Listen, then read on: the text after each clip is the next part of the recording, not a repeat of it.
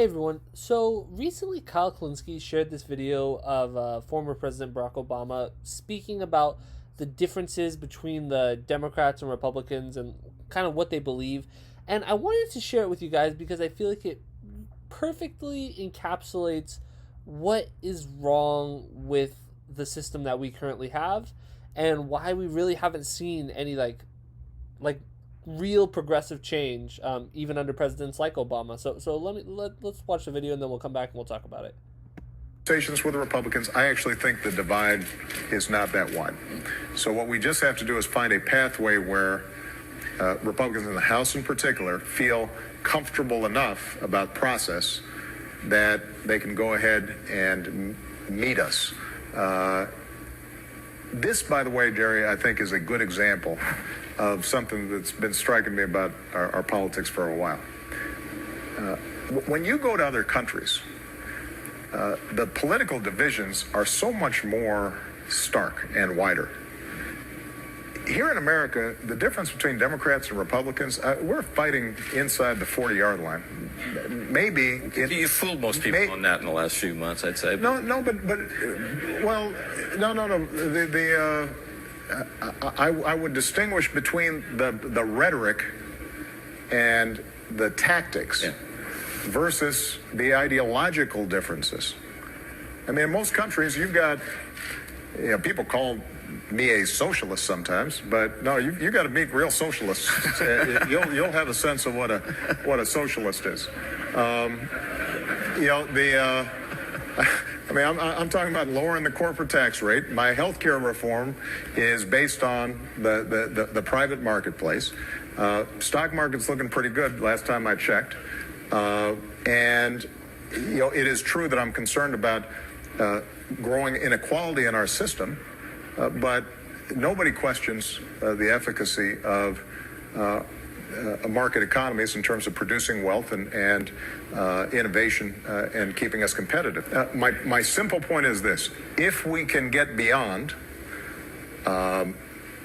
the tactical advantages that parties perceive in painting folks as extreme and trying to keep an eye always on the next election, and for a while at least just focus on governing, then there is probably 70% overlap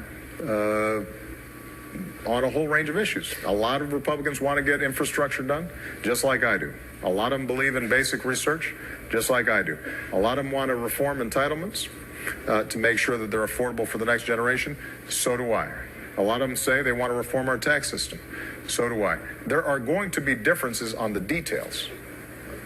And those details matter, and I'll fight very hard for them. But we shouldn't think that somehow the reason we've got these problems is because our policy differences are so great. All right, and so, I mean, first of all, let me just say, I think that his descriptive analysis of our political situation was spot on. I mean, I really think that he was spot on, and he was so right. Like he was so right in saying that, like, rhetorically, we are much more divided as a nation than politicians actually are. And so, what he means by that is that, like, rhetorically, Democrats are going to talk about how much they hate Donald Trump, and, rhetorically, Republicans are going to talk about how much they hate Nancy Pelosi and they hate the Democrats. But, like, when it comes to what they actually fight for, there is a very, very narrow differences between the two parties in, like, what they actually argue for. And he brought up some good examples there. And, like, I find it so interesting that he's bringing this up under this, like, kind of false guise of, like, wanting to pursue unity, and when in reality, like, I mean, and, who knows, maybe he truly does want unity in that way, just not unity in fighting for the right things, but he brings up some of the things that him and Republicans agree on, lowering the corporate tax rate. He brought up that he cares about how the stock market is doing, versus maybe how other aspects of the economy are doing. He brings up that he wants to reform entitlements, and what that basically means, he wants to cut entitlements. So, cut Social Security, cut Medicare, cut food stamps, all those things. And he had one other example there. He brought up Obamacare. Just what a disaster that was. Obviously, he he didn't say that it was a disaster, but it was not good. It is not a good system. I think, and it's one of those systems that nobody likes. It's like this weird compromise where Republicans hate it and Democrats also hate it, but for different reasons. But he's so spot on, and so many people are like kind of tricked by this like rhetorical divide that exists. And it manifests in a couple different ways. It manifests in people considering CNN and MSNBC to be like left-wing channels.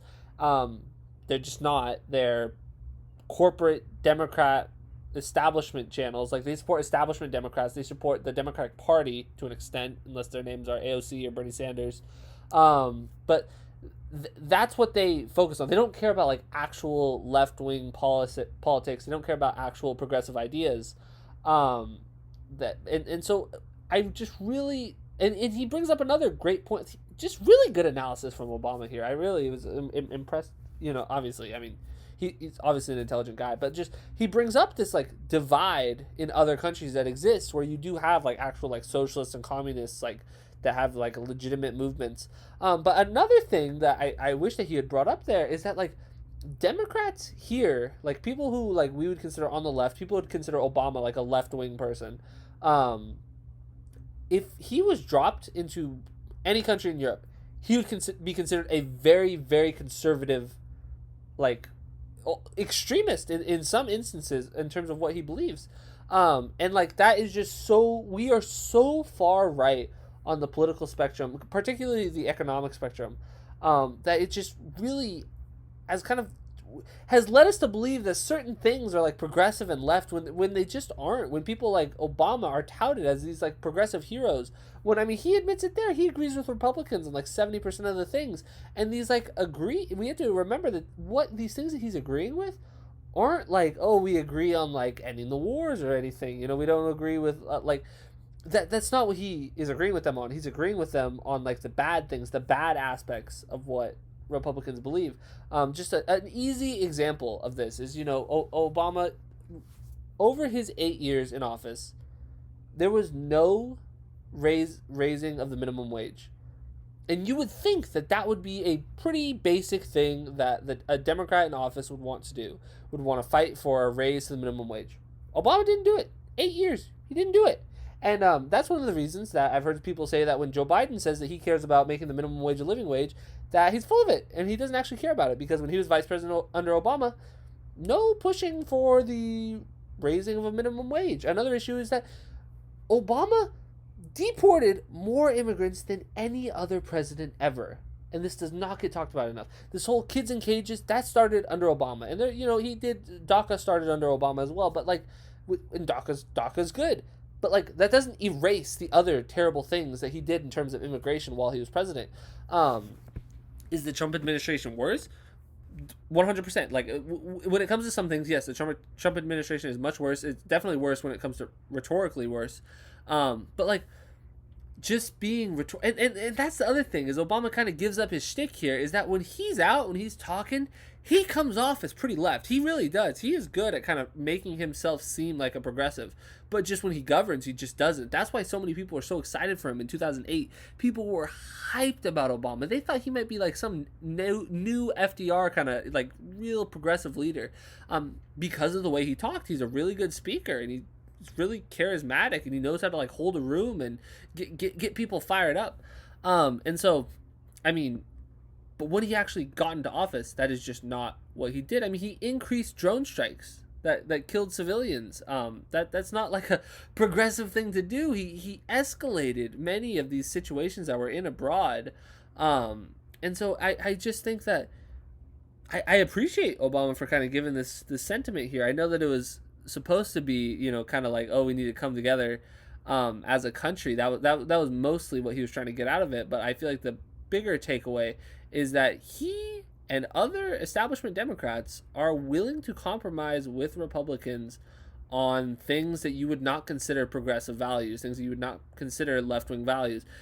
like the compromise with, you know, that's why when you hear about like, oh, bipartisanship, we always hear this, like bipartisanship is so important when it comes to like passing legislation. And you hear about Joe Biden, he's like, oh, I'm so good at working with Republicans, but he's not good at working with Republicans and like getting progressive things passed. He's just good at like, oh, I'll just do what the Republicans want. Like that's not like a good thing. Bipartisanship for the sake of bipartisanship is not a good thing. It cares about like the actual specifics. It doesn't care like, oh, I can work with the other side on what. That's important. On what? And so, you know, it's really, like I said, it's really interesting to hear Obama talk about this in a pretty open way. And like I said, I think he's really spot on in his analysis. But anyway, if you guys disagreed with anything I said in this video, please leave a comment down below. But if you enjoyed the video, make sure to like and subscribe, and have a great day.